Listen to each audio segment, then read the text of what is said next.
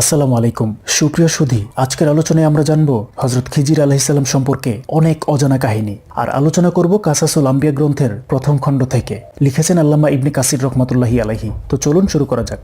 ঐতিহাসিকদের একদলের মতে খিজির নাম নয় বরং উপাধি।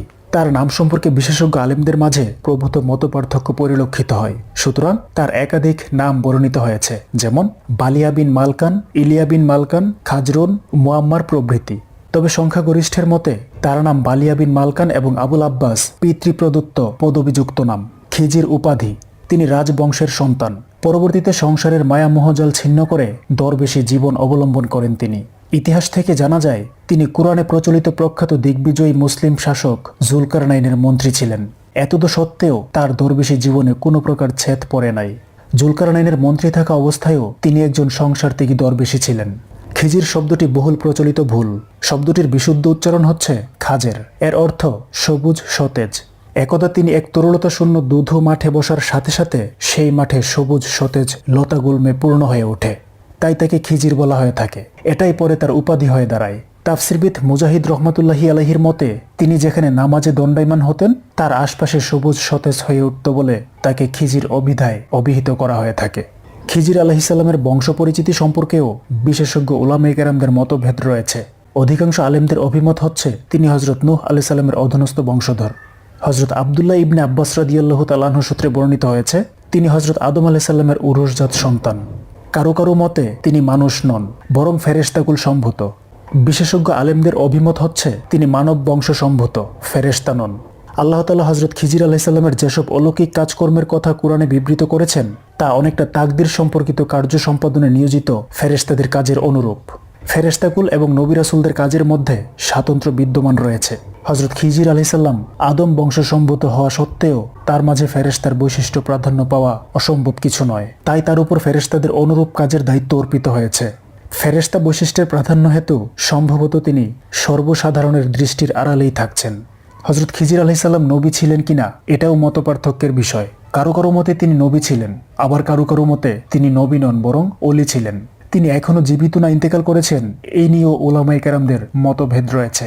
সংখ্যাগরিষ্ঠ আলেমদের অভিমত হচ্ছে তিনি এখনো জীবিত রয়েছেন এবং কিয়ামত পর্যন্ত জীবিত থাকবেন। কথিত আছে আবে হায়াত জীবনদায়ী ঝরনার পানি পান করার কারণে তিনি দীর্ঘ জীবন লাভ করেছেন। দাজ্জাল যেই ব্যক্তিকে হত্যা করবে তিনি হযরত খিজির আলাইহিস সালাম। কিয়ামতের পূর্বে তাকে হত্যা করেই দাজ্জালের হত্যা করার ক্ষমতা তিরোহিত হবে, আর কাউকে সে হত্যা করতে সমর্থ হবে না। যখন কুরআন উঠিয়ে নেওয়া হবে তখনই তার ইন্তেকাল হবে। তিনি অদ্যাবধি জীবিত রয়েছেন বলে সুফি সাধকগণ অত্যন্ত দৃঢ়তার সাথে দাবি করেন। সুফি সাধকদের অনেকের তার সাথে সাক্ষাৎ এবং কথোপকথনের বিষয়েও প্রচুর ঘটনা বর্ণিত আছে। হযরত খিজির আলাইহিস সালামের ইন্তেকাল হয়েছে বলে যারা অভিমত পোষণ করেন তাদের যুক্তি হচ্ছে যদি তিনি জীবিতই থাকতেন তাহলে অবশ্যই রাসূলুল্লাহ সাল্লাল্লাহু আলাইহি সাল্লাম সমীপে হাজির হয়ে তার প্রতি ঈমান গ্রহণ করতেন এবং তার সঙ্গে জিহাদে যোগ দিতেন। অথচ তিনি এইরূপ করেছেন বলে কোনো প্রমাণ নেই। তদুপরি কোরআন মাজিদে রাসূলুল্লাহ সাল্লাল্লাহু আলাইহি সাল্লামকে উদ্দেশ্য করে বলা হয়েছে আপনার পূর্বে কোনো মানুষকে চিরস্থায়ী জীবন দান করি নাই। এতে প্রমাণিত হয় যে কোনো মানুষই চিরস্থায়ী জীবনের অধিকারী নয়। একসময় তাকে মৃত্যুর স্বাদ পান করতেই হবে, তা যত বিলম্বেই হোক না কেন।